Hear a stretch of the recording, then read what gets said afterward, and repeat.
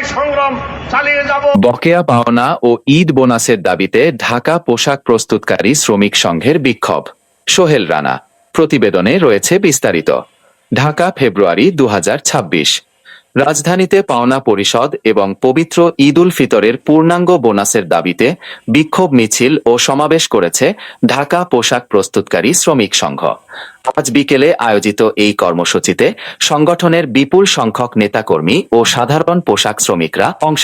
প্রধান দাবিগুলো: শ্রমিক নেতারা বেশ কিছু সুনির্দিষ্ট দাবি তুলে ধরেন, যার মধ্যে উল্লেখযোগ্য হল 25 রমজানের মধ্যে সকল বকেয়া পাওনা পরিশোধ করতে হবে। ঈদ উল ফিতরের পূর্ণাঙ্গ বোনাস প্রদানের জন্য মালিক ও সংশ্লিষ্ট কর্তৃপক্ষকে কার্যকর পদক্ষেপ নিতে হবে। 25 ফেব্রুয়ারি 2026 তারিখে মালিক ও শ্রমিক পক্ষের মধ্যে সম্পাদিত নতুন মজুরি কাঠামো সহ 6 দফা চুক্তি পূর্ণাঙ্গ বাস্তবায়ন করতে হবে।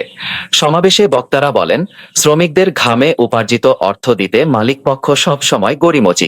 রমজান শেষ হয়ে এলেও শ্রমিকরা তাদের ন্যায্য পাওনা বুঝে পাচ্ছেন না।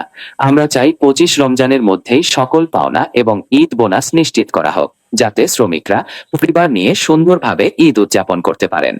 তারা আরও সতর্ক করে বলেন, যদি নির্দিষ্ট সময়ের মধ্যে দাবিগুলো পূরণ না হয় এবং 6 দফা চুক্তির বাস্তবায়ন না ঘটে, তবে আগামীতে আরও কঠোর ঐক্যবদ্ধ আন্দোলন গড়ে তোলা হবে। আমাদেরকে করতে দেয়নি এখনো। আমাদের অনেকগুলো দাবি দেওয়া এখনো তারা মেনে নেয়নি এবং আমাদের মজুরি কাঠামোগুলা এখনো অনেক জায়গায় বাস্তবায়ন হয়নি। আমাদের নিয়োগপত্র পরিচয়পত্র তারা দেয়নি, আমাদের টিফিন ভাতা দেয়নি, আমাদের নাইট অ্যালাউন্স দিচ্ছে না এবং আমাদের মাস শেষে যে মজুরি কাঠামো দেওয়ার কথা ছিল, মজুরি বেতন দেওয়ার কথা ছিল, সেগুলো তারা দিচ্ছে না।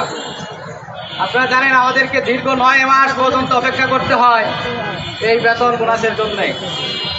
এই সিস্টেম যতদিন পর্যন্ত চলতে থাকবে আমাদের এই সেক্টরে কোনো দিন শান্তি আসবে না।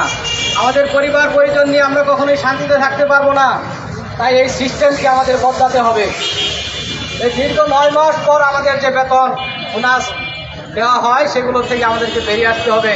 মাস শেষে আমাদেরকে মজুরি পরিশোধ করার দাবিতে আন্দোলন গড়ে তুলতে হবে এবং আমাদের মাস শেষে মজুরি আদায় করে নিতে হবে ইনশাল্লাহ।